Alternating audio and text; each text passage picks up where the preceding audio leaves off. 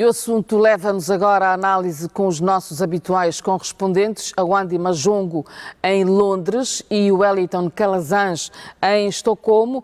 Boa noite a ambos. Wandi, começo contigo. O que é que correu mal com Liz Truss e que cenários é que se abrem agora com a sua demissão? Já sabemos que Boris Johnson entra de novo na corrida. Boa noite, Wandi. Boa noite, Fernanda, Manuel. O que é que correu mal? Na verdade, Liz Truss entra para a liderança do Reino Unido num momento de muita turbulência económica. O país vive mergulhado numa crise económica e financeira e, aliado a isso, também tem a outra crise que deriva da guerra entre a Ucrânia e a Rússia. O que é que correu mal? Correu mal o anúncio das medidas, ou seja, o choque fiscal que Liz Truss, durante a sua campanha eleitoral, foi prometendo o tão esperado corte fiscal, afinal, não surgiu efeito. Quando foram anunciadas as medidas para reverter, então,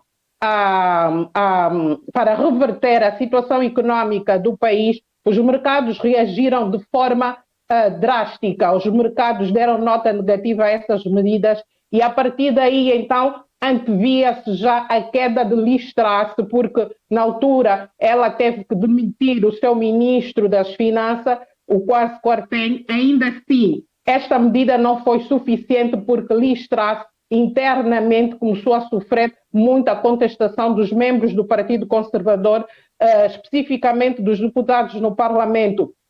Desde o dia 23, em que foi anunciado este mini orçamento, em que previa o corte de 45 mil milhões de libras, que já se aventava a queda de Liz Truss. Dizia-se mesmo que era uma questão de tempo, e é isso junto a uma antevisão do nosso colega Wellington, que já previa que Liz Truss não chegasse até dezembro, e de facto Liz Truss demitiu-se mais cedo, porque a sustentação, a pressão económica, a pressão dos mercados, a pressão social e a pressão interna. Recordo que hoje de manhã 14 deputados do Partido Conservador então manifestaram a intenção de que Liz Truss devesse se demitir. E horas depois o Comitê 1992, o tal comitê dentro do Partido Conservador que trata da questão da gestão e organização interna, reuniu-se com Liz Truss dizendo que não havia mais condições para ela continuar à frente do governo. O Reino Unido enfrenta uma fase muito complicada, sim? Wandi, eu perguntava-te agora que cenário é que se abre com a sua demissão, em termos de substituição, em termos de possível cenário de eleições? Esta tarde, o tal Comitê 1992, o comitê encarregue dentro do Partido Conservador, então, de tratar desta questão, deu uma conferência de imprensa e anunciou que até o próximo dia 28 deste mês será então anunciado o novo líder do Partido Conservador e, consequentemente, também o primeiro-ministro. Ao contrário da eleição passada, em que os candidatos perfilaram-se, depois houve uma disputa e depois o primeiro-ministro, ou seja, Liz Truss, foi eleita dentro da base dos membros do Partido Conservador, da base militante. O comitê disse que desta vez será tudo mais rápido, será diferente. A eleição do novo primeiro-ministro será feita a nível dos deputados do Parlamento Britânico, ou seja, da base eleitoral, da base de deputados. No total são 328 deputados. São esses então que irão escolher um novo líder do Partido Conservador. Mas estes candidatos não deverão passar de 3. Para já fala-se do nome de Rishi Sunak, o anterior opositor de Liz Truss nas eleições passadas.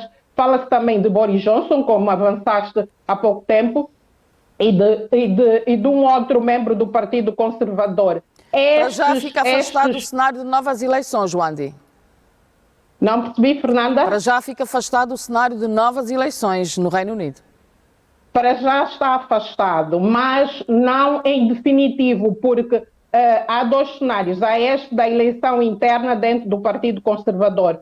mas também há uma pressão muito grande a nível da sociedade. A maior parte dos britânicos defendem eleições antecipadas, tal como o líder da oposição, do maior partido da oposição, o Partido Trabalhista, e também dos liberais, defendem eleições antecipadas. E este cenário ganhar força, é possível que haja eleições antecipadas se estes dois partidos, os trabalhistas e os conservadores, conseguirem, dentro do Parlamento, reunirem apoio até mesmo de membros do Partido Conservador e conseguirem, então, uma moção de falta de confiança do Partido Conservador, é possível que haja eleições antecipadas. Mas, para já, este é um cenário que ainda não ganhou forma, porque o xadrez político do Reino Unido é complexo e, para já, é isto que deve acontecer. Até dia 28, então, será eleito o novo primeiro-ministro para dar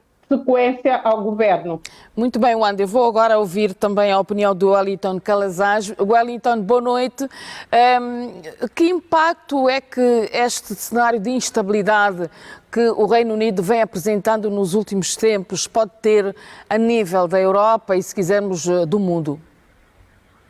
Boa noite, Fernanda. Boa noite, Wandy, a você assistindo ao telejornal da TPA. O impacto é de insegurança, porque o Reino Unido ele concentra grande parte dos investimentos. Estamos falando da quinta potência econômica do planeta e que vive um vexame, e esta é a palavra lamentável que define o momento da economia do Reino Unido. A queda de Liz Truss apenas consolida um ponto de declínio na história do Reino Unido e que precisa imediatamente ser resgatada para que a boa imagem, e aí não apenas do Partido Conservador, mas do país como um lugar seguro para investimentos, possa urgentemente ser recuperada.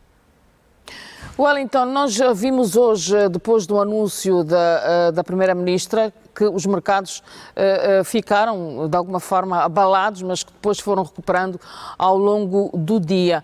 O que é que se espera que o mundo faça para que, efetivamente, sinta menos este impacto que chega da situação no Reino Unido? Sabemos que, por exemplo, e hoje ouvindo muitos analistas internacionais, uma das repercussões que vai diretamente afetar é a situação na Ucrânia. Sabemos que o Reino Unido é um país que apoia diretamente a Ucrânia e que, no meio de todo este cenário, a Ucrânia poderá ficar, de alguma forma, esquecida, ou seja, não será tão prioritária nos próximos tempos. É uma questão de sobrevivência e, como eu falei, não apenas mais do partido. É todo o país que está sob ameaça. Olha, Fernanda, é preciso que o povo seja inserido no processo de decisão. Essa prática de disputa interna do Partido Conservador para a escolha de um presidente do partido e posterior primeiro-ministro, isso já vem sendo um fracasso consolidado e é preciso que o povo seja convocado, e somente através de eleições gerais, essa confiança, e aí não seria o que os outros países estariam fazendo pelo Reino Unido, e sim o oposto, o que o Reino Unido estaria fazendo por ele mesmo e para reconquistar a confiança interna e externa. Sem esse envolvimento do povo, com apenas 0,3% da representação do eleitorado do Reino Unido, através de um único partido, dificilmente essa economia será retomada. Não existe retomada de economia sem a confiança interna, e não havendo a confiança interna, dificilmente haverá a confiança externa.